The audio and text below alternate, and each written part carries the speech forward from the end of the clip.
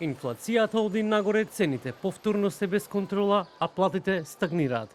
Во Македонија моментално добро живеат само функционерите од власта обвинуваат од бихачка.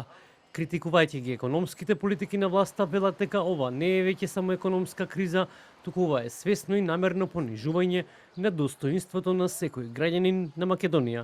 Во Македонија моментално добро живеат само функционерите од власта. Дуото Трајко Славевски и Христијан Мицковски ова го прават намерно и осмислено.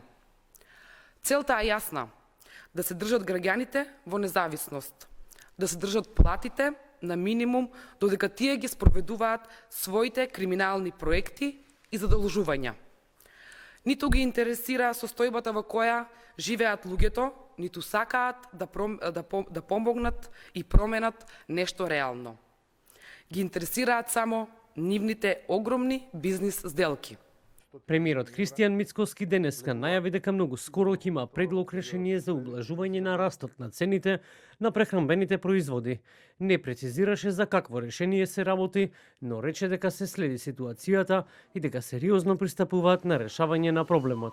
Размислуваме, се консултираме со експертската јавност, следиме што се случува со однесувањето на трговците, на производителите, на дистрибутерите, но и на ланците на трговци. Така што ова е еден сериозен процес во кој што сериозно навлегуваме и мислам дека многу скоро ќе излеземе со предлог решение. Согласно последните податоци на Евростат, Македонија денес е предпоследна во Европа по висина на минимална плата. Зад нас е само Албанија. Истовремено сме последни по куповна моќ. Од друга страна, дома граѓаните се жалат покрај ниските плати и на високите цени на основните прехранбени производи.